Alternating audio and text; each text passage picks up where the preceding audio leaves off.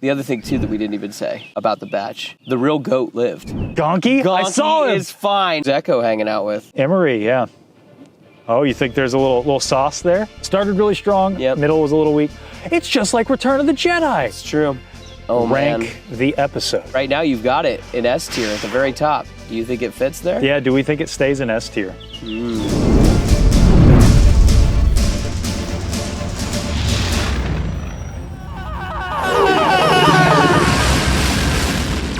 Yeah! I didn't mean to get all their attention.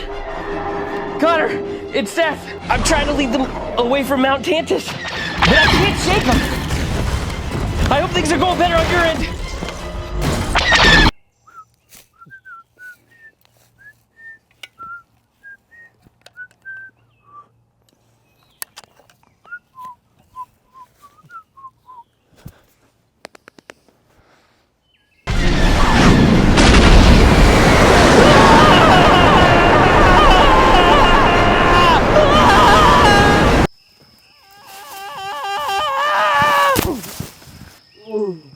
There you are.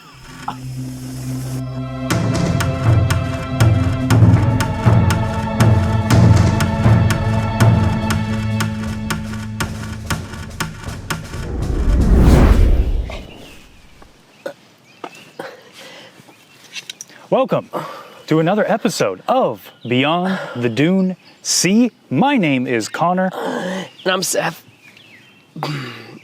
And today, we are coming at you just outside of Tantiss Base, ready to talk about that Bad Batch finale. I'm excited. Aren't you excited? Yeah, I'm doing great. You know, I was doing a great job of distracting. What were you doing? Oh, I was Ekko's orders to draw troops away from the base. That's what I was doing. Oh. Yeah. Well, good job. Yeah, you too. You too. So, I'll get right into it because we got a lot to talk about. We do. My favorite comment from last week on our live stream as we soared into Tantiss comes from Austin P. 22 or 222, however you want to say it. Relax with the banger transmissions. I don't know what I'd do if you two were sent to an Imperial labor camp. Well, the day's not over yet, so hopefully you didn't jinx us there, Austin. I don't want to make it there. But the reason I picked this comment, my real big guess is that they'll reveal a Snoke Prime Jedi Canon Jorus Sabayoth in the cloning egg. Saw a photoshopped cover of Heir to the Empire with Snoke as Jorus a while back, and the idea has always stuck with me. Wow.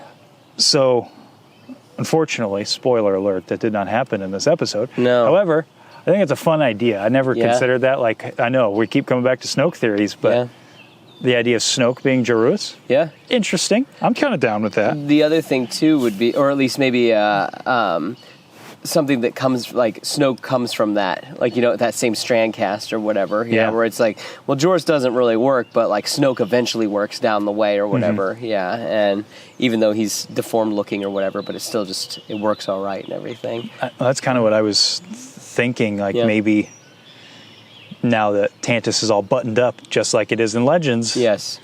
Maybe that's what happens. Maybe, you know, maybe Thrawn goes and finds. Maybe Thrawn is the one who gets Snoke out and to create the. I mean, because that would make sense if the First Order is born out of the Empire. Yeah, in which I like. Aftermath kind of like talks about how like when they lose, they retreat back into the unknown regions, and then Snoke comes from the unknown regions. But I mean, why couldn't you alter that a little bit? And it's like, you know, before going back, or maybe, you know, do we even know the location of Tantiss?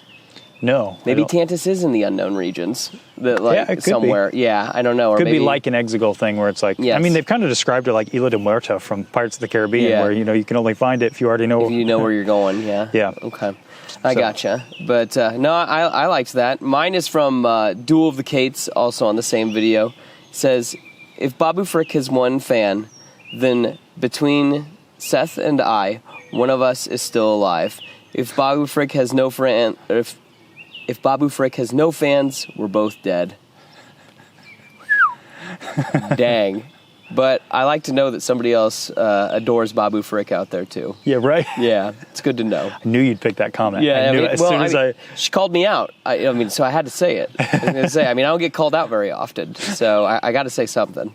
Got to speak up. That's super funny. Yeah. I love it. Yeah. So before we get into Bad Batch talk, a little bit of just some news-ish. So Indie Popcon was last weekend, just before we got in the Interceptors and headed out beyond the Dune Sea. Yeah. To here to Mount Tantiss. Yeah. We went to Indie Popcon. Yeah. That was cool. It was something different. They were very kind and let us. We got to moderate Jim Cummings' panel. Yeah, Mr. Hondo Inaka, Winnie the Pooh, Tigger, Darkwing Duck. Yeah. All those. The list goes on and on. He's one of the GOATs. Let's be real. One of the OGs. Yes, and he was very kind. I thought that we, not to tout us too much, I thought we did a really good job. I thought so too. It was a lot of fun. We, it was just a lot of fun. That video will be going up. We did get permission to post it. Yeah. So at some point here soon, that video will be going up. Yeah. And then we also have a PopCon video going up. Then lastly, we had our show. We did our show live to them. It won't be live to you guys. Yeah. But that was, man, I'll be honest, like as much fun as I had with Jim. Yeah. We didn't talk that much, to be real, because it was, it's about Jim. It's not about us. It's true. I was going to say, we only talked at the beginning and then we would interject occasionally. Yeah. But then the rest was just people talking to Jim and we were just, smiling along and being a part of it, which was cool. Yeah. But our cast that we did on the podcast stage, I'd never done anything like that. Yeah. That was super fun. It was cool interacting with people, and it was neat that people were stopping and listening to what we were talking about. Yeah, because they did for those of you who may be not familiar, they did it out in the middle of the show. We were on the convention floor. Yeah, we were just out there, and then I really enjoyed that. That was a lot of fun. So we did that little bonus episode. Will be about 50 minutes long. Was about our MVPs in each Star Wars movie. Yeah. In which I think that we need to go back and not do it when we're under a time constraint. So I think that that's got to be coming soon too. Yeah, maybe give it another go. Yes, give it another go. Just because, again, they only gave us 15 minutes, so we were kind of rolling through stuff. But it was cool just to get audience interaction and stuff like that. So we've never really had that before. Yeah. So that makes that experience even more unique. Yeah, that was a lot of fun. Very, very cool. So be on the lookout for that stuff. Yes. But hey, Bad Batch, topic of the day. I know. It's why we're here. Why we're amongst all of this. Right. Yeah. So kicking butt and taking names. Yeah, we're still waiting to hear, as far as, if everybody got back safely. But there was a big battle last night. It's true. Like in the dead of night. Yes. We kind of caught the tail end of it as we came in. Again, as we were told to distract, so that's what we were doing, pulling people away from Tantiss. Yep. So it's a nice pile of bodies you got over there. Yeah, and luckily we got a little bit more than 20 minutes. This is true. We got almost an hour. Yeah. So not quite the 99 minutes that you were hoping for, but also not quite. I think that's such a missed opportunity. Why not? we could add more. We could have. We could have. Well, here, hit me with your 1-minute review on what we got. This is kind of a tough nut to crack, I feel like, because I feel like that there's a lot that I liked about it, but I feel like there's a lot that it was just kind of like, this is okay. I feel like what the word I kept coming back to was a lot of just kind of conveniences happened in this show. It didn't seem like that they really ran into a lot of roadblocks, except for I thought it was so odd that the batch almost came in at a disadvantage, or it just kind of felt like that. When I guess if I was writing it, I feel like I would have had them coming in strong and then they hit that roadblock about halfway through, if that makes sense, rather than they're already coming in on a back foot. So overall, I did enjoy it. The animation's beautiful. The music, sound design, just good stuff. So overall, I do enjoy it. I need to rewatch it again. I only went back and watched 2 scenes. But, that was all I've had time to rewatch besides the one time I've watched it through. But overall, thought it was pretty solid. Yeah. Yeah. For me, I'm with you. It's kind of an odd animal here. Yeah, because it is a mixed bag. I'm not going to sit here and just praise it the whole time. Yeah. But, well, we've been saying this whole season that what does this have to live up to? It has to live up to that, especially that final episode of Clone Wars Season 7. Yeah. Which I think is the gold standard. Yeah. Not just for animation, but for live action too. It wraps everything up in the most perfect way. Yeah. And over the course of the beginning of the Bad Batch Season 3, I was like, I think they're going to do it. I think somehow they're going to get it. Yeah. The last few episodes, I felt like it's kind of fallen off. I don't know that I'd use the word fallen off. It's like, it's still, everything I love about it is still there. Like, we're still getting great character moments. We're still getting, I mean, the animation is incredible. I mean, like you mentioned, the music is fantastic. Yeah. But the momentum really kind of came to a halt. And I think that, to wrap up, I guess my 1 minute review is just, I really liked it. And I think with time, as I separate myself from my own expectations and all of that, I will like this a lot more, and I think this show will age incredibly as a complete package. Yeah. I mean, theory crafting's such a dangerous thing. Yeah. Yeah, and getting in your head about like, oh, it has to be this. I don't understand how it could not. Well, it clearly could be something else. Yeah. Sorry about your luck, Chuck. Well, let's just get into that, because that's kind of my first big point, is that how much of this is the folly of fan expectations versus... No, they set something up here and then they just didn't deliver. I gotcha. Like, how much of that? Because there's a few, like, I've watched a little bit, like some reactions, and I see a lot of people who are kind of having the same take that I do, which is like, this feels safe, it feels convenient. Very, yes. And it feels like a lot of things are left on the table. Yeah. The things that are on the extreme of the folly of fan expectations, I think, are Cody. I've heard a lot of people are like, where's Cody? Tech being alive. Vader coming in. Yes. I think Rex that's more of a mixed bag, because they set that up. They even mentioned him too in this episode. Yeah, so I'm like, oh, okay, maybe he will show up. And they went to the degree to set up Wolf as well. Yeah. But we didn't see the end of that story. Yeah. Now I can forgive that, because I'm like, I can see that going either way. I can see them continuing that in the finale, but I could also see them just saying, no, this is enough. Like, fill in the gaps yourself. You know where they're at in Rebels. And let's be honest, Star Wars has always done that. Yeah. Where you get to fill in the gaps yourself and have your own adventures and things like that. Yeah, and that's great. I'm glad that I don't want to know every second of all these people's lives. Yeah. You know. But then you have things like, Boba Fett. Like, you and I were really on the Boba Fett train. That seemed so obvious. And then that didn't happen. It's like, but that's on us. Because we just kept thinking that, it should happen. Yeah. Not that the show set you up to believe that. Yeah.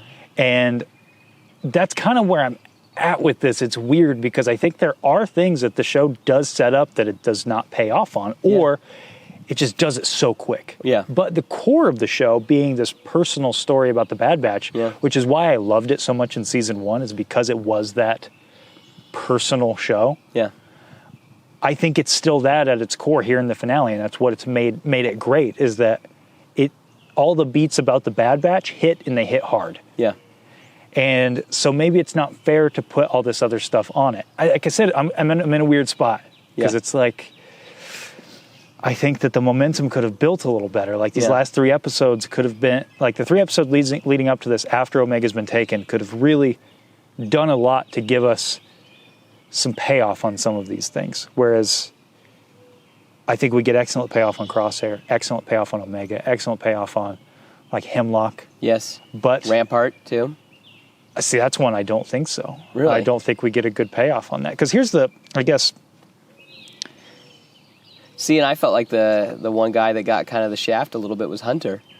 A little bit. Really? I disagree. I think he really had, especially in the epilogue, he got his time to shine. That's the only saving grace. But other than that, the showdown with Hemlock, which we'll talk about more in detail later, but I think that was kind of... I mean, he doesn't even get the first hug during that. I think that's great. Okay. Excellent moment. We'll have to talk about that specifically in a little bit. But on this, speaking about Rampart, I wrote down like this, it felt like they pulled a lot of punches here. Yeah. So here, to kind of go in depth with what I'm talking about, because I don't want you guys to just think I'm being a hater, because I loved this, and I'm just getting this stuff out of the way first. Yeah. The Zillow. Oh, shoot, last episode, that was the big cliffhanger. Yeah. It just kind of opens the door and leaves. Like, that's it, you know? Yeah, well, it makes the path. Yeah, and it's like, I don't mind that that's it, but also, like you said it, like that was your penultimate episode cliffhanger. Yeah. And then... No, it just opens the door. You know, like that's, I guess that's not insignificant, but also they made it out to be like, oh no, it's going to rip down Tantiss from the inside. Yeah, exactly. And it kind of didn't do that. Yeah. It just made a path for the kids and Omega. Yeah. Yeah. And then you have Ventress. Yeah. What's that about? It's true. You know, now that we have the full picture, Was it just the backdoor pilot? Was that it? I honestly think that's what it was. And that's such a bummer, if so, because why bring her back at that point? Yeah, why not just do your own show with her? You know what I mean? I put Rex and Wolf, but again, I can excuse this one because I think that Rebels gives you enough context to let that one go. Yeah. Clone X. I didn't want him to be someone, just to be clear. Which it feels good to be vindicated on this point. Yeah. We've been saying from the beginning, he's just a guy. Just a guy. However, even just being a guy, he is still Clone X as that character. Yeah, because he got several episodes kind of dedicated to him almost, And then he just gets speared by Hunter, not even Crosshair. Crosshair's not even going to beat him. I will admit that, like, you could give Hunter that for this episode, but, like, that's something that I feel like Crosshair should have done. Yeah. Is take him out. There was nothing there. Nothing there with Clone X. No. He was just the boogeyman. I guess he could have survived. Right. The Dark Troopers, if that's what we want to call them. Yeah.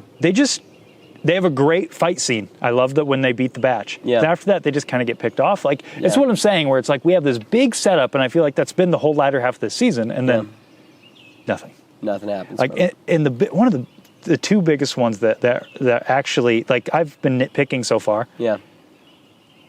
I mentioned about Rampart before I move on. Like, Rampart finds out about Necromancer. No, like he learned about it, and then he just pulls up. It's like, dumb, too, that, like, the audience doesn't get it completely spelled out, which I don't need it spelled out, but it's like, I think at this point we deserve to know exactly. Right. And then, like, oh, no, it happens off screen, and then he blows up. Yeah. Yeah. Granted, he gets himself blown up.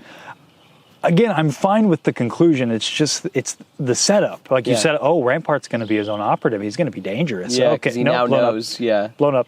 Yeah. Okay.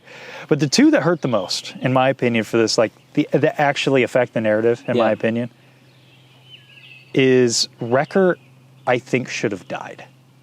It was weird because I felt like they were baiting that really bad because they kept talking about how injured he was and stuff like that, and he kept getting beat up really bad even more and injured from the last episode and then, like, into this episode. Yeah, because he took a lot of punishment.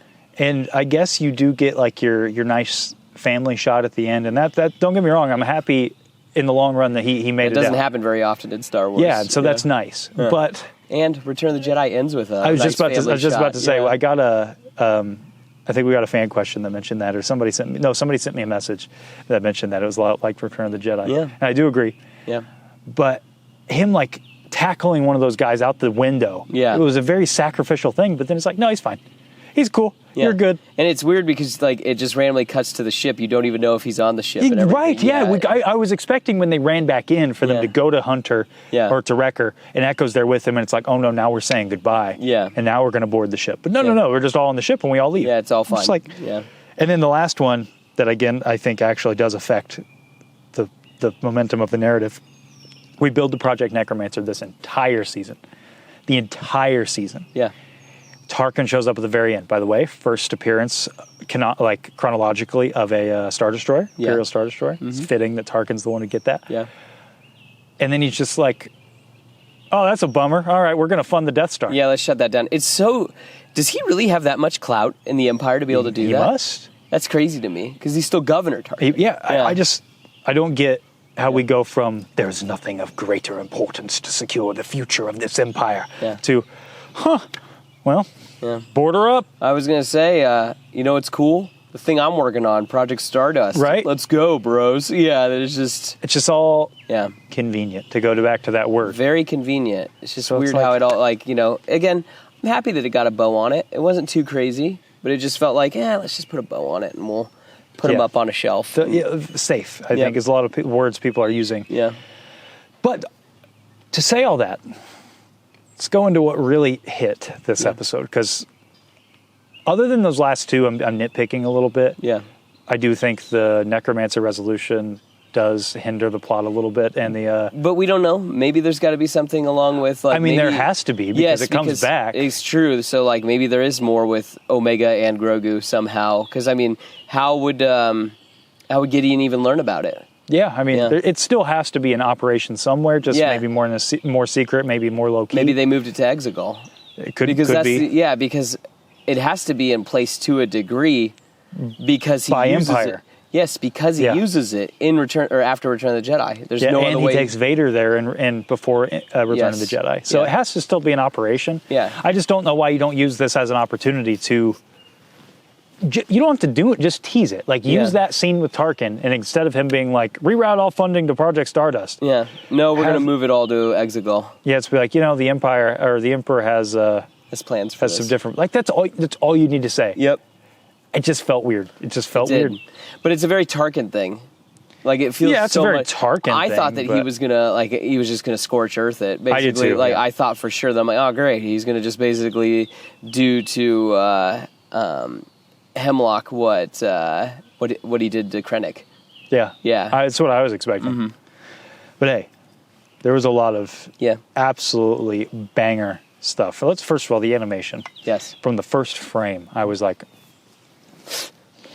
okay. Color me excited. Yeah, they're it's that wide shot of Tantiss. Mm-hmm. I'm like, okay, we're taking this seriously. Yeah. Okay. Okay. All right. Fair enough. Yeah. And we get some resolution to some big plot threads now too, which is I guess we'll just go right into Crosshair. This whole season, he's been the best character by far, and we finally get the resolution here, and it's beautiful. It's like Crosshair, I think, will go down as one of the greatest Star Wars characters because he has the most complete story arc. Yeah, and it's contained to these 3 seasons. Yeah, I just love it. Well, I think what's wild so is we've compared him to Anakin Skywalker in a lot of ways, or Darth Vader in a lot of ways, and now he's even more like them because now he's missing a hand. Yep. Yeah. What'd you think about that? Him losing the hand? Yeah. That was one of the scenes I had to go back and watch because I was like, wait, how's he shooting? In which he is propped up on the other shoulder or on Hunter's shoulder, basically. I mean, I thought a lot of things in this episode just happened really fast, where we didn't get a lot of. There just wasn't a lot of time to settle on that. It never even focused on that except for the one shot, and it cut to black, and then that was it. We never got anything again about it. I'm also with you. Yeah. I initially until the very end, I guess. Like the last shot is where you can really where you can really see his nub. Other than that, it's kind of hard to see because he's got it. Well, you see them applying the nub in Hemlock's lab. Yes, yeah. I initially put that in my pulled punches, like the non-committing section, because I was like, okay, he got his hand cut off, but what's the difference? He's still hitting his shots. But I got to give credit to Eckhart's Ladder. I watched a couple of his shorts, and he said something great that I think is right.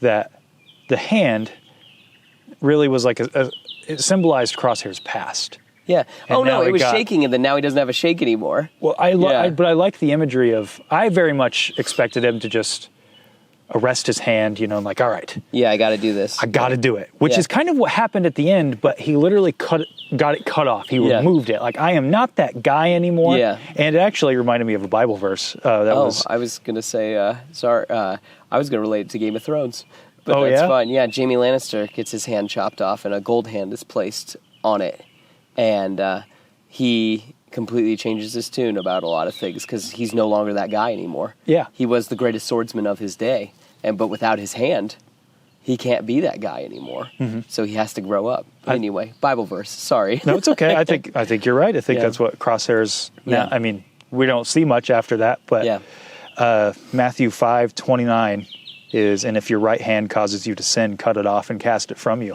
That hand did a lot of damage to a lot of people throughout his tenure with the Empire. Yeah. He was constantly wrestling with that, wrestling with his guilt. Yeah. And it literally, it was just removed from him. It was cut off and cast aside. Mm-hmm. And I think there is something kind of interesting about that because it was not by his own doing. He did not do that. No. But there is... religiously, or especially Christianity, there's this concept of there's your outward struggles, there's inward too, right? There's the flesh and there's the heart, and it almost like there is something like that where he had this outward display of I'm removing this, but then in the following scene you get the inward display of I'm casting that aside. Yeah, and I mean the whole episode he was trying to make the sacrifice play. It's awesome. I was going to say, which is also a very deep within religion or whatever, that you're willing, that kind of sacrificial love, that love for your friends, that love for your family. Yeah. That you're willing to do anything for them. Well, look at the difference between his, like, how he describes it in the beginning versus at the end. He's very much like, no, I deserve this. I deserve to die. Yeah. Like, let me die. Let me go protect her. Let me die. Plan 99. And Hunter's like, knock it off. We're doing this as a team. We're doing this as a family. Yeah. And at the very end, my gosh, it was so beautiful. First of all, it comes out and hits the exhaust ports on that ship. Yeah. Pinpoint accuracy. And then Hunter's like, you have to shoot the binders. I can't do that. What do you mean? I should trust you. Yeah. She trusts him. Hunter trusts him. Yeah. That's all he wanted was just validation and love from the people he cared about the most. Yeah. And he was able to do it. He as a team, and then to validate Crosshair's emotion, to validate that action, who does Omega run and hug first? She hugs him. Yeah. Another Hunter just being proud father moment. Yeah. That's why I'm like, I have my nitpicks with this finale, but the epilogue and that scene, the scene in the rain. Those are the two scenes I've seen, or that I've watched twice, yeah. Wow. It's good stuff. It's excellent. I also love, too, that he's just shooting the little rocket launchers or the little things that explode. Like, I really like that, where it's like, it's all right, I just have to get close, and then things blow up. Just another Crosshair thing that I loved this episode. I just love that he didn't have a moment where all of a sudden he was better. Yeah, throughout this whole season. The thing that I've been talking about, the whole paint it black, where he just she's getting taken away and all of a sudden the music starts playing, that he gets his mojo back. Yeah. No, he got to. Yeah. No, he struggled to the end. Yeah, and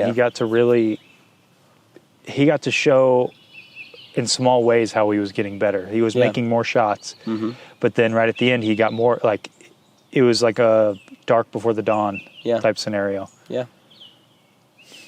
I just can't get over it, man. It's really, really good. I mean, he's kind of the main character of the show. Yeah. He's the Raphael of the Bad Batch. 100%. Mm-hmm. And so with him, there's the rest of the final showdown with Hemlock, I guess. Did you think that it kind of looked like Camino, the platform? Because there's that shot. It's a very intentional shot. She ran out. Yeah, and then you could see that it was it was raining, and it looked like Camino. It looked like, oh, this is kind of a final. Yeah, well, I mean, that's where the whole story began. Yeah. And this is where it ends, and justice for it and everything like that, for Camino itself. I felt that was a very intentional sort of visual symbology there. Yeah. I don't know if you felt the same. I don't know. I guess I just didn't really. I didn't really think about that much. That I did think that it looked odd compared to the rest of the structures on Tantiss that we had seen. Yeah. Yeah. So now that you do say that, I guess it does look a little more Kaminoan, and especially with Nala Se there saying that, talking about that and everything. Yeah. That Yeah, it was just really good. The animation was incredible. And then Hemlock. I mean, first of all, Scorch gets torched. Yeah, I know, and that was kind of crazy that it was just kind of out of nowhere. I mean, but granted, that's fans projecting more onto this character than what the writers really wanted. That and unfortunately in this, he's just kind of a heavy. He was not a. He was a member of Delta Squad, but he's not that guy. Right. At least it needs to be still shown if he's actually that guy. Right. Yeah. No, I'm completely with you on that. Mm-hmm. And Hemlock getting taken out. I like that for the first time in the whole show, you get to see Hemlock kind of lose his mind a little bit. He starts yelling and. Well, I mean, my goodness, that everything was literally falling apart. That he's like, I got this, and it's like, no, you lost the Zillo Beast. No, you lost the kids. No, now the Bad Batch are in the building. That it's like, I hated that he was playing with his hand the whole time. And we didn't get nothing. Yeah. Nothing about it at all. I'm like, dude, he's really playing with his hand. And well, maybe it was supposed to be a mirror to Crosshair. Like, he's also got an issue that he can't work out. He can't shake. Yeah. But I thought that, he also got some great development. I thought, because the previous episode, he was on top of things, taking down the Batch every step of the way. Now it's the opposite. Yeah. They got the upper hand, and he's dealing with it in stride, but he can't do anything about it. Well, I mean, it's the team working together. It's family. And to quote, the great poet Vin Diesel, Dominic Toretto, that, when the family's all working together, nothing's going to break it all apart. Yeah. So, yeah. Mm-hmm. It's great. Yeah, it is. It's fantastic. It is really, really good. What about the Dark Troopers? What did you think of them? They're fine. I mean, we don't get to see enough of them. The anti-bad batch. Yeah, we don't really even get to see a lot of them. That's the whole thing. I mean, I didn't even get to see them. Like, there was one with swords. There was one with that big staff. That's about all I got. I can't tell you much more about any. And then Clone X. They aren't on screen long enough, and none of them did anything. Like, yeah, they did cool things, but nothing stood out enough that I was like, oh my gosh, that's so cool. One of them did look feminine. The one with the 2 swords, I felt like did not move, didn't move like your traditional clone. So that was interesting. Yeah. Yeah. Yeah, I thought their first fight was really good. Yeah. Really good. Yeah. They just took out the batch, but then they got picked off real easy. Yeah, they didn't really put up much of a fight. No, not at all. Speaking of that second fight, I don't know if you thought this too. We had a little meme in our group chat. Convenient. Convenient. Yeah, it was convenient. But I mean, when Omega was like, I have him. I really thought, I was like, no way they're going to do it. I have the Bad Batch. Yeah. I really thought she was going to do it. I clapped to myself, like, when I was watching. I was like, dang it, man, that was it. We were going to do it. That was it. It really felt like Luke with "You Failed, Your Highness." Yeah. It felt like that scene, but with Hemlock. Yeah. Because she was, in binders, it was very much a mirror of that. Like, they're in that elevated room, the throne room, if you will. And then she said that. I was like, she's going to say it. And then I would have been a genius, man. I know. I was laughing so hard. But then I thought the line was kind of cheesy. It reminded me of Avengers. Like, we have a Hulk. Yeah. That's what I thought. And then it was just Wrecker, I will admit, I did not like I don't know how I felt about, it really felt like they were kind of playing the Ekko was going to die, too. Down in the bottom with the things all going up, because that reminded me of Clone Wars with Domino Squad. Yeah. And I'm like, oh no, Domino Squad made it all out the first time, and watch, this is going to be the thing that takes him out, and that's going to be it. I thought when he got slammed to the ground, that was it. Yeah. I was like, oh, he's gone. That's, they're going to get down there, and that's going to be it. No more. Yeah. But, yeah, whatever. It's fine. It all made, and especially, too, when they started pouring the poison down in the bottom, that I was just like... And then that kind of did nothing, right? Yeah, exactly, because I was like, well, I know that, that just knocks him out, though, right? Is it? Or because I remember that from last season. Yeah, I don't know, maybe. But I was just going to say that I'm like... It seems like a kill floor to me, what they were doing there, so I don't know. Yeah. Yeah. Yeah. Gosh, that whole scene was fascinating, with the throne room and, if you want to call it that, the Hemlock's lab with the maze.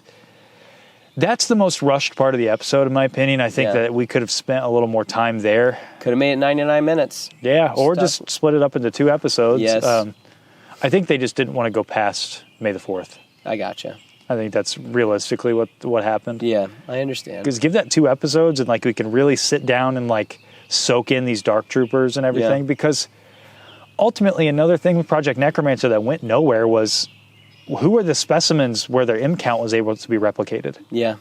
I really thought these Dark Troopers were it. They were going to start using the Force. Yeah, it just feels like there was stuff left out. Yeah, it is weird. And then, too, the whole, what did Palpatine go and smile at? Yeah. In the... right? Yeah. Was he not looking at those guys? Was he? Or was he not? The egg looked very similar. Yeah. I don't know. It's just... It didn't have the runes all over it, though. That's the whole thing. His had, runes, or Sith writing on it. So, Maybe. That's what I'm saying. It's weird. Again, it does feel like stuff was left on the floor. I kind of feel like behind the scenes, they were told to wrap it up. They had maybe another season in them. Yeah. Or maybe because I could have seen at least a half season where they weren't together. Yeah. Yeah. I mean, very beginning of the season, we were speculating, okay, it takes them half the season to get back together, half the season to do the clone uprising, you know, which it's just weird. Yeah. It's just weird. Just that's what I keep coming back to. It's like, man, I got such mixed feelings. Good moments, but good episode of Bad Batch. Don't know how I feel about it being the last episode of Bad Batch. That maybe is the best way to describe it. Yeah, wow, weird. I just came up with that. Again, solid episode. Don't know how I feel about it being the last episode, though. Yeah, I deep in my heart of hearts, I feel like that we're going to see these guys again. At least Omega again. You think so? Which I have a theory about where we might see her again. Okay, hit me. Yeah. What do we got? Because we have that epilogue. We advanced however many years. We'll I don't know. I just think it would be really cool if she was that Y-Wing. So that you see in episode 4, you see Luke, Wedge, Han, and then you see a Y-wing all flying away from the Death Star as it explodes. Okay. I think it'd be kind of cool if that was That her. was her? Yeah. Kind of like how we put Rex into the Battle of Endor? Yeah. That like the and in Legends that's Kyle Katarn that ends up flying that Y-wing. But I think in the first Dark Empire, you learn that. Yeah, that's. But I think that'd be kind of fun that she's there. But I don't know. Do you think that it has to be much later than that? Or do you think it has to be... No, it's earlier for sure. You think it's way earlier? Oh, Because this is 19 BBY, around that, right? It's unclear. I think that it's between 1 and 3 years after Revenge of the Sith. Yeah. And then we've got like 19 years before the Battle of Endor, about... Battle of Endor? Or, sorry, the Battle of... oh, no, it was 20, from Revenge of the Sith to the Battle of Yavin. Yeah. So we're at least 17 years before that. Yeah. So the epilogue, I think that this is... When's the formation of the rebellion? When is that? So Andor takes place around the same time as Kenobi, right? So that's 10 years later. Yeah. And then No, Rebels that's not like true. 5 years later? That's not true. Andor takes place... When does Andor take place?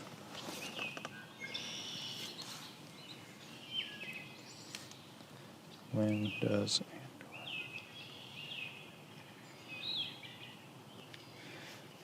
While you're looking that up, I can say some random thoughts that I had while watching the episode, because they're kind of funny. That I really felt like that in this episode, Ekko really earned his stripes. I felt like some of the batch, unfortunately, did get kind of dunked on in order for him to earn his stripes. But in these last 3 episodes, I thought it was he got to earn his spot, seeing as how he kind of wasn't in the last season at all. That he was there and then he left and went back with Rex. I kind of wish, this is so ridiculous, I wish Nalase, when she grabbed the thermal detonator, that she would have put on this clone trooper helmet, or the stormtrooper helmet, just because I think that would have looked ridiculous. I thought it would have been funny if Hunter told Clone X to stick around after he impaled him. And that make him even look more like a Star Wars 80s action movie guy.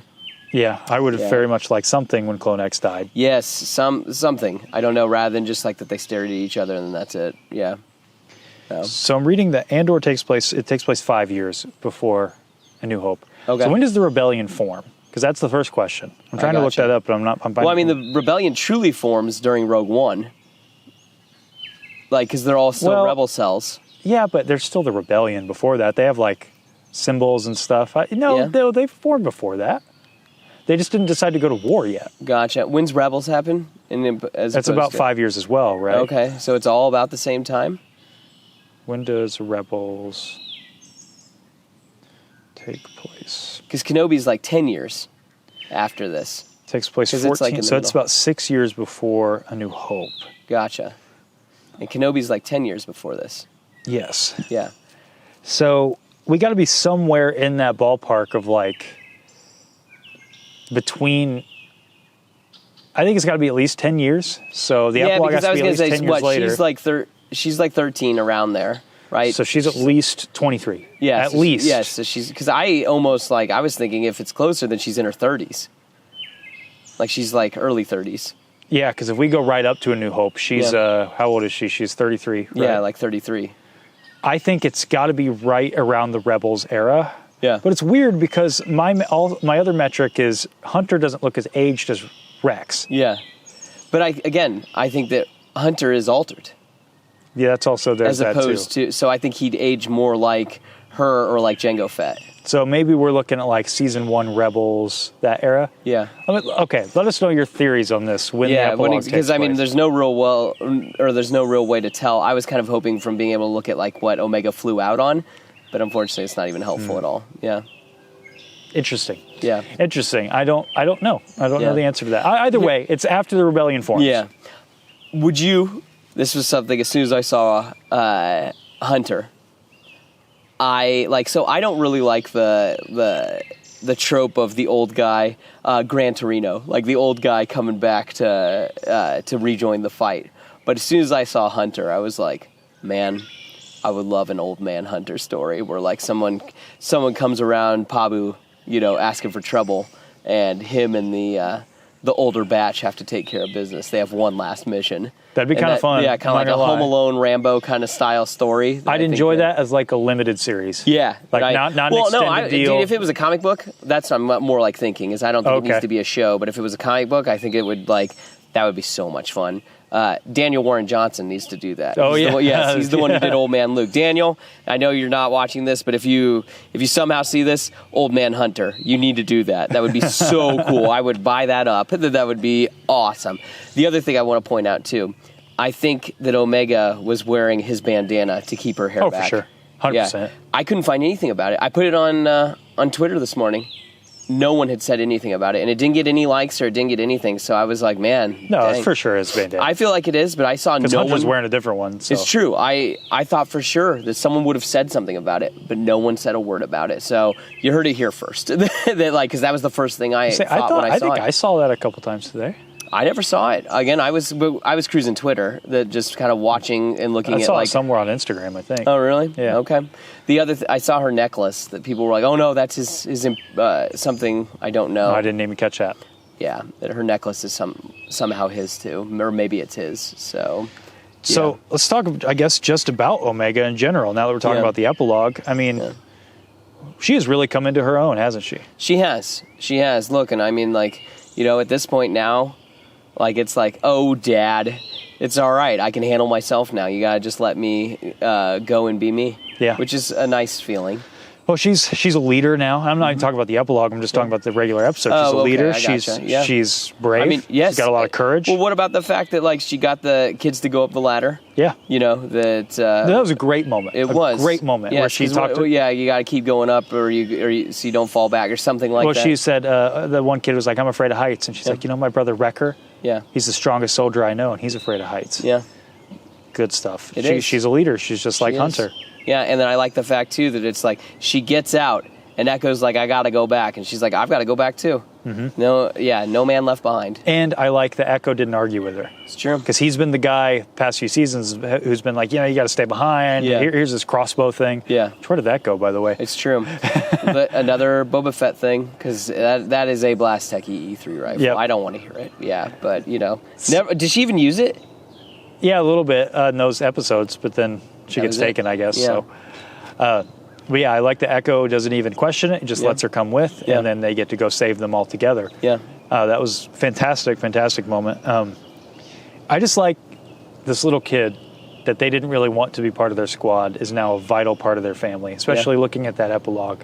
Yeah, it's like she's the whole point of them. She's keeping them together. Yeah, she's the glue. Because they would have fallen apart. I mean, that's what Crosshair said. I thought that was one of the best lines of dialogue when he's offering to, like, I'm going to go in here, I'm going to go call Rex, you guys go over here, and they're arguing back with him, and then he says, let's face it, Clone Force 99 died with tech. Yeah. And that's the first time you hear Crosshair acknowledge his brother's death and how much that actually impacted him. Yeah. I thought that was it was short, sweet, and man, it really hit hard. I really like, too, the fact that, like, he's wearing the armor that's completely clean. They are no longer Clone Force 99. Yeah. Yeah, because, they cleaned them all off and stuff. So that made it hit even harder, that it's like, man, they really aren't. Because I thought Wrecker looked weird. Because he didn't have the teeth. He had that weird mask on. Mm-hmm. I guess I just never even realized his helmet looked like. He's had that since Season 2. I didn't even realize that's what his helmet looked like without that. Mm-hmm. So, or without the spray paint on it. Sorry, he does have some paint on it from Season 2, but it doesn't quite look the same. Yeah. But yeah, I thought that was you're right. They're not really Clone Force 99 anymore. Yeah. They're just a family. I think it's the best way to describe it. They're no longer soldiers. They're just a family, and they get their family home. They got to get their family back. And that moment before the epilogue where they're back on Pabu, you get Ekko's going to go back with Rex. You get the little... And who's Ekko hanging out with? Emory, yeah. Oh, you think there's a little sauce there? You didn't think that? No. I mean, I don't like to look for that stuff, but they were even talking about kids. They even said that. And I'm just like, oh yeah, this is happening. What do you mean they talked about kids? They did say something about they were talking about the children, and they said something about clones not having children. Oh, I don't remember that. Yeah, I thought they said something. They might have, but I don't remember. Yeah, and I'm just like, oh man. Oh man, the sauce. It is there. Yeah, so I don't know. I saw it. My wife was like, no way. And I was like, yes way. This is happening. Maybe they're going to be a thing. Maybe not. Maybe I'm out of my mind.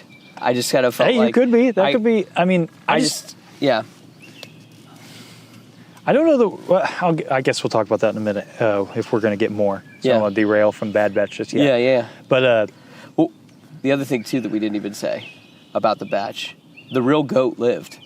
GONKY? I saw him. Is fine. I was all because I was like, I guess he's just dead. Like I said that when they flew away from Tantiss, and then in the epilogue, because I watched with the subtitles, it says GONKY honking, and I'm like, yes, he's there. He made it through it. Yeah, that's all Seth cared about. That's all I cared about. As long as GONKY made it. Yep, he's the best part of the batch. That's great. It is. No, that scene right before that epilogue where all the clones, I really enjoyed that, where Hunter had a great moment where he said that, it's now their choice. They could go join the rebellion. They can, whatever. Go along the path, be Jedi, or they could just, be kids. Yeah. Yeah. Be what? Be kids? Oh, I thought you were talking about the clones. Sorry, I thought you were talking about the Force-sensitive kids. I'm sorry. I'm like, what in the world are you talking about? My bad, yes. No, they said they're going to bring those kids back to their families. Yeah. Which that's great, too. But yeah, I thought our idea about the path was a good one, though, too. Yeah, that seemed obvious. Well, I mean, maybe we'll see them again because they're going to start getting hunted down by the Empire eventually. True. Yeah. I mean, they found them once. Because the Inquisitorius has to be being built. Yeah. Too. So we'll see that, I think, going forward. Yeah. I guess we're going to get a show about that in a couple days. Yeah, a little bit of one. Yeah, a couple short stories. Yes, about the beginnings of the Inquisitorius. Yeah. You think it's the beginnings? I don't know. Well, yeah, I guess we got that clip that just released today. I haven't watched it, but yeah, you can tell me. Sure, what happened? I'll just say it's definitely the beginning of the Inquisitorius. Yeah, well, I mean, we're towards the beginning. Yeah, we're getting a comic book, too. Yes. About the Inquisitorius, yeah. Yeah. So anyway, we get that last shot. Of them as a family kind of hanging out. Yeah. Which you don't get that often. It was definitely a happy ending, which is weird to think about because you don't get that very much in Star Wars. No, you don't. Yeah. It definitely felt like Luke leaning against the tree. Yes. Seeing the Force ghosts. And then Leia comes up, taps him on the shoulder. They're all smiling. I mean, we've kind of equated the 3 seasons of Bad Batch to the original trilogy. Yeah. So, why so it makes sense to give it a Return of the Jedi type ending. Why not give it a Return of the Jedi type ending? And then you get that epilogue. Yeah. Just a beautiful scene, like just visually, everything. Yes. And I kind of like that Omega. I'm cool if this is the last we see of her. Before, leading up to all this, I was like, I really hope we get more stories with her. Yeah. I like the idea that we know she's out there doing the fight. Yeah. We don't know what happens. We don't know where she's at. Maybe she's in that Y-Wing. Maybe she's at the Battle of Endor. Maybe she's at the Battle of Exegol. Maybe. In your favorite Star Wars movie. It could be. Yeah. Let's hope so. With Babu Frik. Yeah. But I just like that that's left way open. Yeah. And I'm content with that. Like, if it ended without the epilogue, I'd be like, okay, I kind of want to see where Omega goes more than anybody.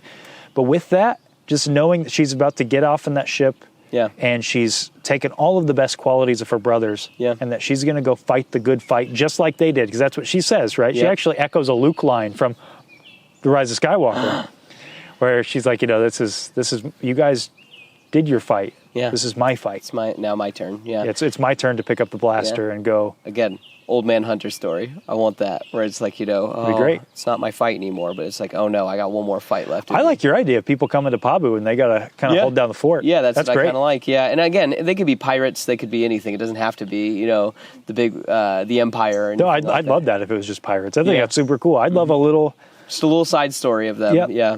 I would love just like a little 6-part, like Disney Plus series. Yeah. Or a movie, or kind of like how they did Werewolf by Night. That was like 45 minutes. Yeah. Do that, just like a little 45-minute. Old man Hunter. Yeah. That's what I would call it. Yeah. Like super tight writing and storytelling. Mm-hmm. I'd be down, man. I'd be down for that. Kind of like, like Logan, but let's not make it that violent. Yeah. Right, and that crazy. Yeah. I guess you could just call it Hunter. That'd be fun. Yeah. That'd be fun. Mm-hmm. Good stuff. Yeah. Good stuff. So where do you think this is the last we see of all those guys? No. I think that, I think they have to pop up back. Because there's lots of... The other thing I was thinking about is that there are lots of spots in Bad Batch where we can't, account for what they were doing. That, so we could still have adventures with these guys. They just take place in different spots in the timeline. Because, the beginning of Season 2, they're, doing the whole... they're fighting those big crabs and stuff like that. What about all the stuff that led up to that, where she's getting trained a little bit more and stuff? So you'd like rather see some fill-in stories rather than a continuation? I mean, I'm just saying that like we could see them in that capacity. Would I? Yes, I would like to see where she goes, because now she's not, for lack of a better term, a MacGuffin or a damsel in distress. Now she can go out and be a little BA for the rebellion. So I'm all for that, and I like where she comes from. So like there's not that I'm no one. Yeah. Yeah. The show was kind of clever about not having Palpatine know about her specifically. Yes. So with all the research was being able to destroyed, hide her. Yeah. It is weird that like it wasn't backed up or anything like that. Granted, I guess there would have been a security risk to back it up. I guess that's true. So and I guess Palpatine that wouldn't be able to Rampart, check in. Was the one that brought it up, or no, Nala Se brought up all the data or whatever, and then she just blew it all up. Yeah. That's interesting. Mm-hmm. Me personally, I wouldn't be surprised if we see Omega again, and maybe a pop in with Old Batch. Yeah. But I kind of think the point of all of this was to show that, hey, there are characters who can have happy endings, who can ride off into the sunset. Yeah. And I think doing any stories with them would kind of undo that a little bit. Yeah, it's true. I mean, how many characters in Star Wars get to have that, where they don't. And I think you run the risk of then having like a sequel trilogy effect where we took all of our characters who rode off into the sunset. Yeah. And now we're taking them back. And same thing with Indiana Jones. They literally rode off into the sunset. Yes. And then they kind of undid that. Yes. And you like or hate what they did when they came back, it still undid what they did before. In a lot, like it still undid the endings. Yeah. Right? Mm-hmm. Like it doesn't. There is probably a correct way to do it. Yeah. But it's just, I'll be real, I don't know that I trust Disney to kind of handle that. Not even Disney, just other writers. You know what I mean? That Yes, but because the same group of people worked on this. That's true too. If it's the same team, then maybe exactly that's different rather than bringing in a whole new group of people where it's like, all right, pick up where they left off. Yeah. And keep going. Then again, you had Spielberg who made Kingdom. Spielberg and George Lucas who made Kingdom of the Crystal Skull. Which, hey, I'll say it. I kind of like that movie. It's my least favorite of the Indiana Jones movies, but yeah. I was going to say that, like, there's parts I like about it. Yeah. But it's definitely like, if they didn't make it, I would have liked the ending of Crusade a lot better. Yeah. So, it's just aliens, man. Right? Aliens. I think that's where I fall off, where it's like, should have just been the Spear of Destiny. I don't know, guys. Which just seems like a slow pitch. Hey, they came back to that in Dial of Destiny. I know, it just should have been a slow pitch, and it should have just been just the Spear of Destiny. But whatever. All right, before we move on, before we get on to the fan questions, I think we need to rank the episode. Oh, man. That's right, I brought it all the way out here. Does it really seem, right now you've got it in S tier at the very top. Do you think it fits there? Yeah, do we think it stays in S tier? That is hard. I think it's a mixed bag, personally. That's tough, because I think that the last 15 minutes are really good. Are pretty S tier. But... yeah, I know. Okay, let's just start from A tier. Is it better than episode 10? I don't even remember what that is. Yeah, I know. You have to remind me some of these.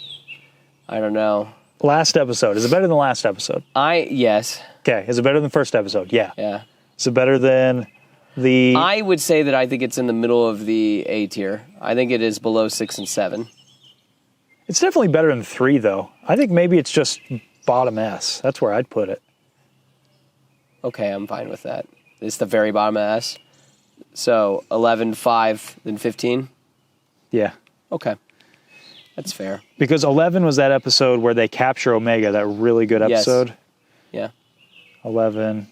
5 was that episode where they go to the outpost. Yes. Which is so much fun. I could probably mix those around. It's tough because I think there are moments in this that are the best of the whole season. Some of the animation is just incredible. I feel like they picked it up even more at the end. Yeah, it's some of the best from the whole season, that's for sure. Mm-hmm. But it's kind of weighed down. Yeah. I don't know, though, because as a whole episode, you know what? I think I got to maybe go back on that, because I think that as a whole episode, I think it is better than all of those, even though... there's some problems. The problems are not in the episode itself. I was going to say, I guess that's what I said is, it's a good episode of Bad Batch, but it's not a good final episode of the Bad Batch. but it also has good final moments of the Bad Batch. That's why it's a weird mixed bag. But I think as an episode, it kind of is the best episode. So you think it is the best one? I think so. Don't you? Like as I really a whole, liked that episode on the Outpost, but I get it. As a whole package. Fine, I'll give it to you. Whatever. Well, it's your opinion too. I get you too. Is it better than that one on the Outpost? I really like or do we want to flip that here? What about 11? Because you like that one too. Where they I do too, but I think that overall the emotional beats, the animation, as a whole package. I think it goes 5, 15, 11. That's me though. Okay. Yeah. We'll compromise there. Yeah. All right, you let us know. Yeah. And maybe we'll review this at a later date. Yeah. See if our opinion changes. Yeah. All right. Well, let's move on to incoming transmission. Yeah. Hey, boys. Ekko. Happy to see you still in one piece. We could say the same about you. On behalf of the batch, I can't thank you boys enough for your help. Drawing troops away from the base, it gave us the advantage we needed. I just sent you the location to a shuttle you can use to get off-world. Should be better than those interceptors. But be warned, you're not into the woods yet. There are still Imperial troops combing that forest. Best of luck. Until next time, Ekko out. See ya, Ekko. I'm glad they made it out. Yeah, me too. I'm so glad. Yeah. Hey. Wow. If that shuttle's waiting for us. Yeah, I'm thinking the same thing. I think we need to get on out of here, man. Yeah. Oh, shoot. Fan questions. What are we thinking? Come on, that's the best part of the show. Yeah. Yeah. We're in this beautiful venue here while it's peaceful and quiet. Yes. Let's get to the fan questions. Oh, yeah. Woo! Fan questions. Oh, crap. Clear your mind. Shut up, Yoda. Connor, now!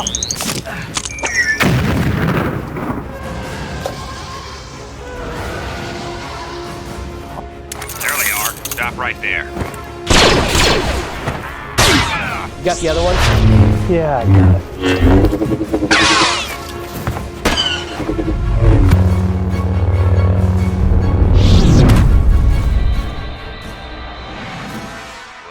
Well. Look at you poses. I didn't even bring my blaster. Don't worry, I got this. You know. Hey! Didn't I kill you in Battlefront 2? Oh, I'm sorry. Must have been one of your buddies, you know. Listen, between you and me, my buddy back there, he's got a lightsaber. I would hate for something bad to happen to you.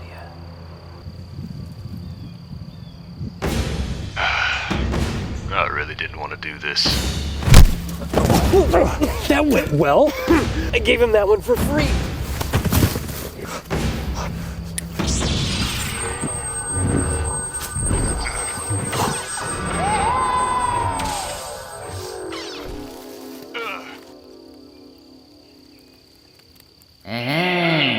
Babu?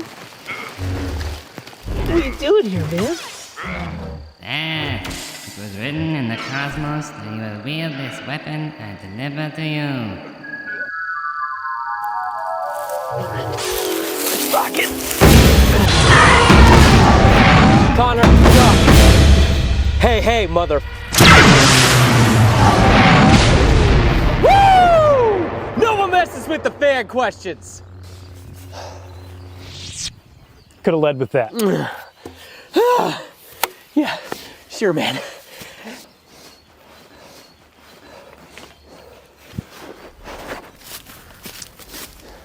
Great. Sorry, Yoda. You were saying? Clear your mind of questions. Oh, man. Okay. Spoke a little too soon about the forest being peaceful. Yeah. We got him. Where did you get that rocket launcher?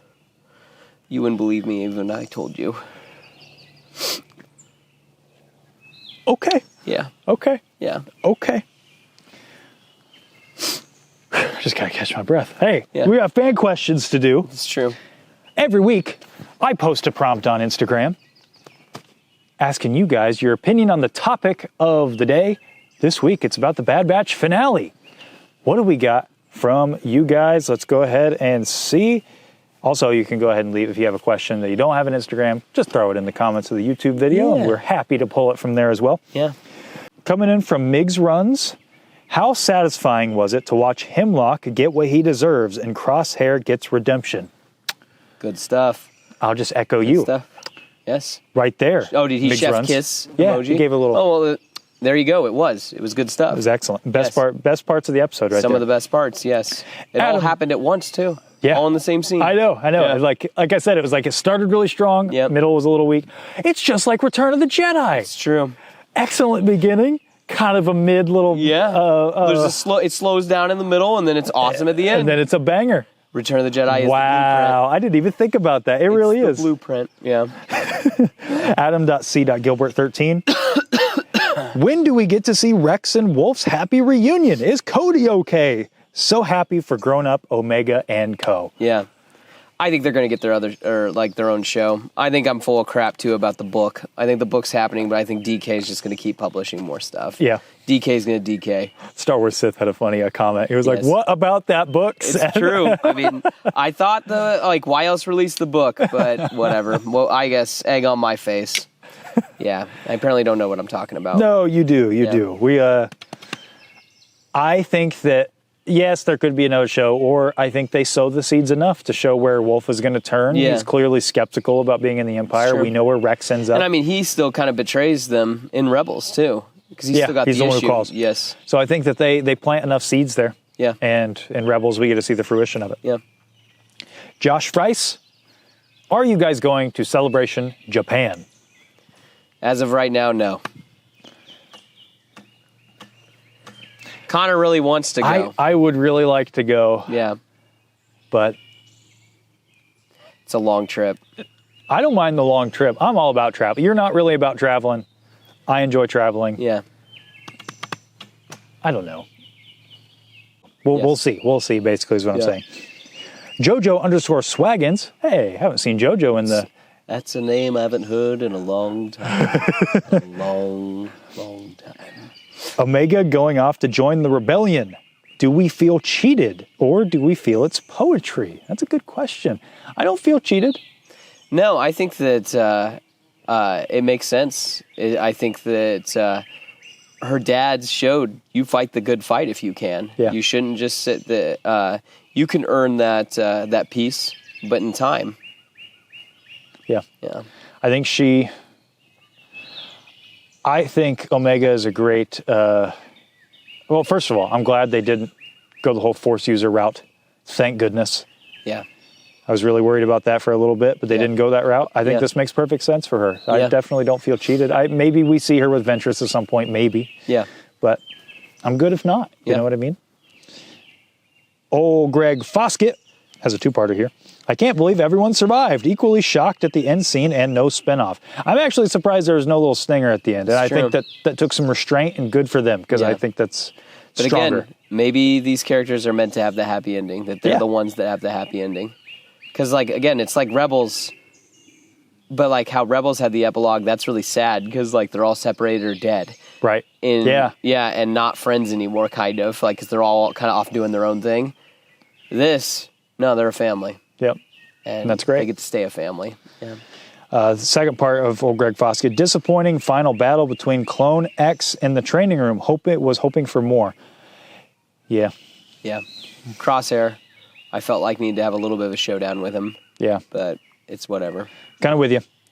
C. Pelisek, do we know when Omega joins the rebellion? Pre-Yavin or post? It's definitely pre-Yavin. I'm sticking to that. You think so? Yeah, because the rebellion needs pilots more than ever. That's got to be pre-rebellion. Yeah. It's just at what point during that kind of 5-year period before the Battle of Yavin does she join up? But I think it's definitely pre. It's got to be. She's got to be. Okay. She doesn't look, like you mentioned, she'd have to be 33 by the time of the Battle of Yavin. Yeah. I don't think she looks that old. Yeah. She does look like Tech. She does a little bit. Yeah. And she got the goggles. We didn't mention that. Yes. That was a great little send-off. Yes. Can we just appreciate for a moment that they stuck to their guns and they he didn't was bring dead? him back? Yes, that death meant something. Yes.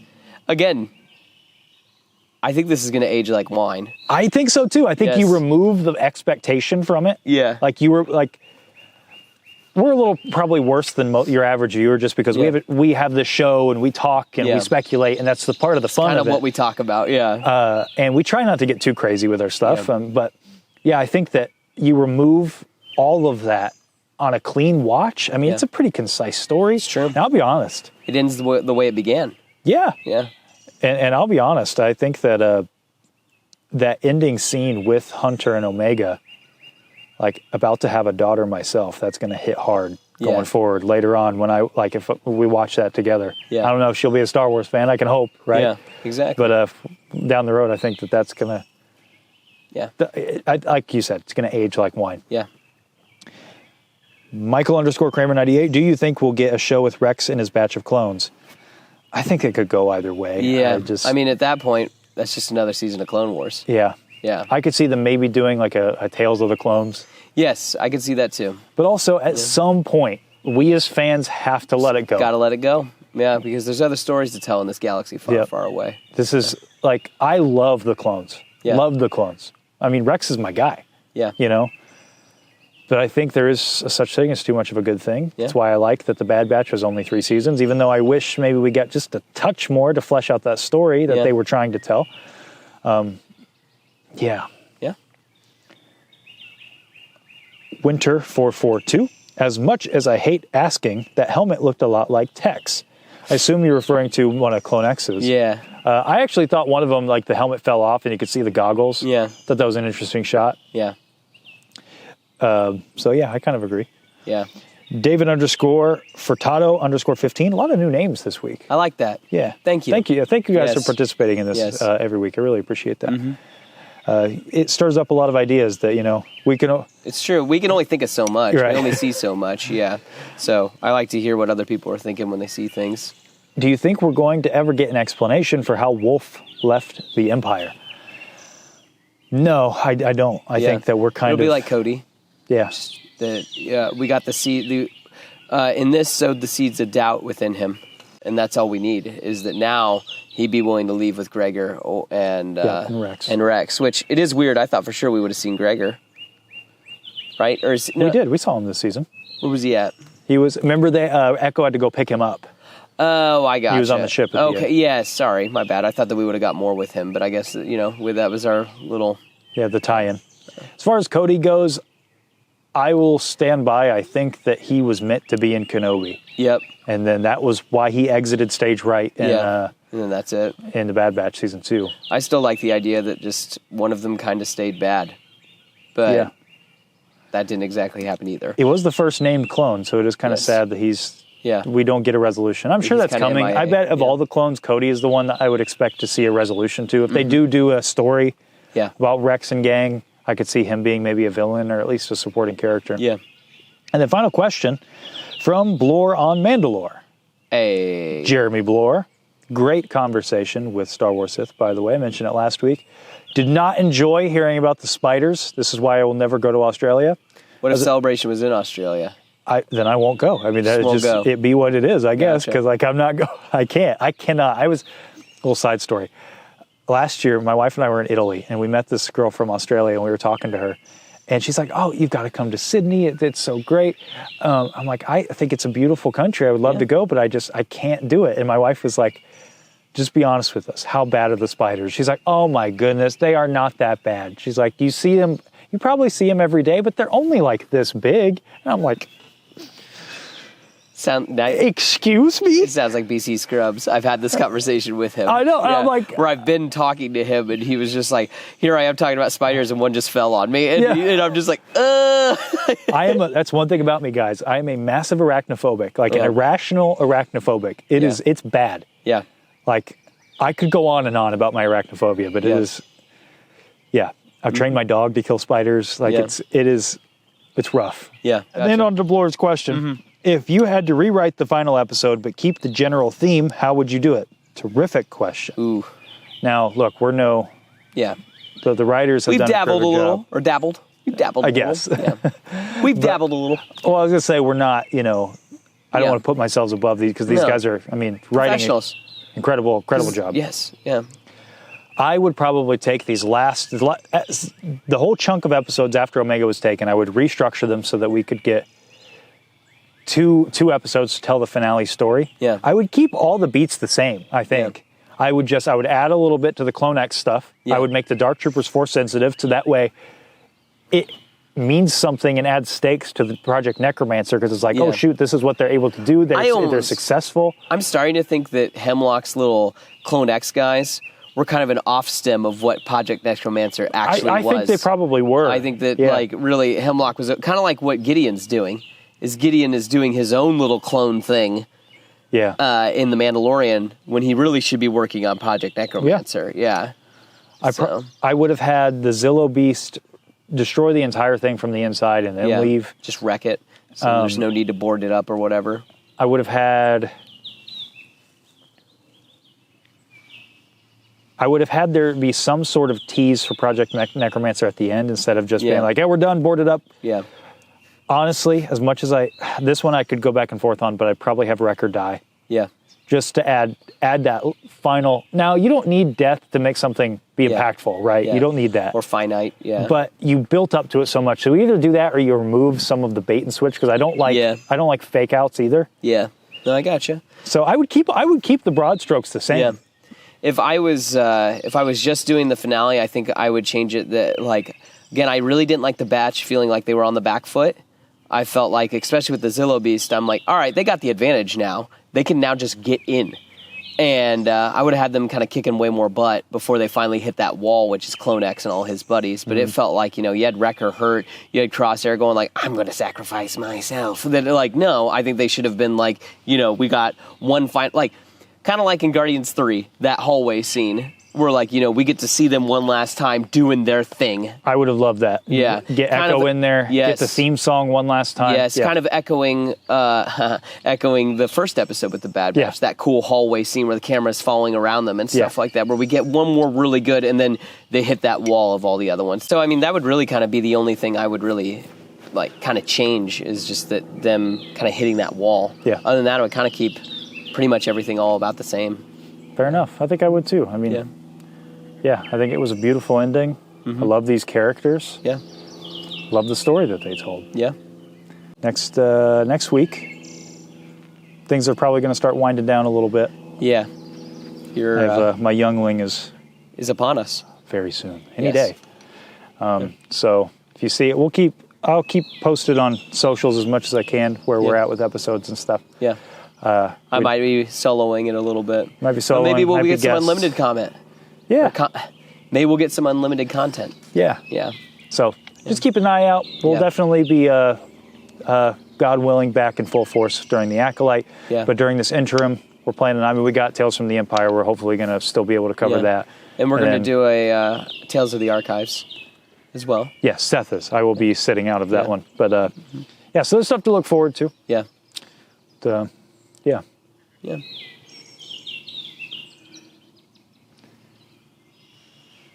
I kind of don't want to leave. It's hard to say goodbye to all this. It is. I mean, it's been quite a journey. Yeah. Yeah. Starting out, decapitating battle droids. Yeah. Dealing with Enigma. A lot. Yeah. Yeah. Yeah. Yeah. Well. I do like being out beyond the Dune Sea, though. I'm kind of a homebody, you know that. Maybe we should head on home. Maybe we should.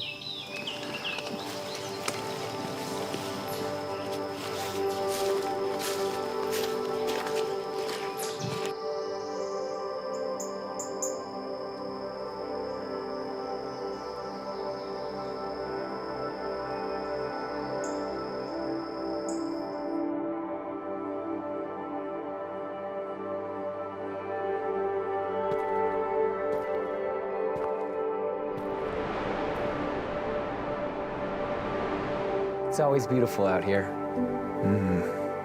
Makes you wonder what sort of journey each of these stars, these planets, have been on. What stories they could tell. How those stories might end. Tragedy, triumph, hope.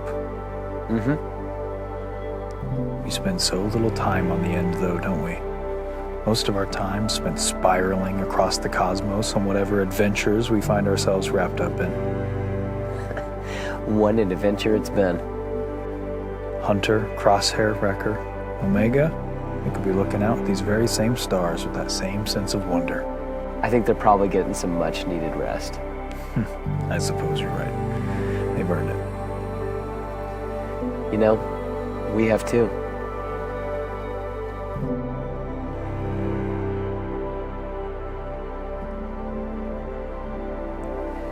The stars really are beautiful out here, beyond the Dune Sea.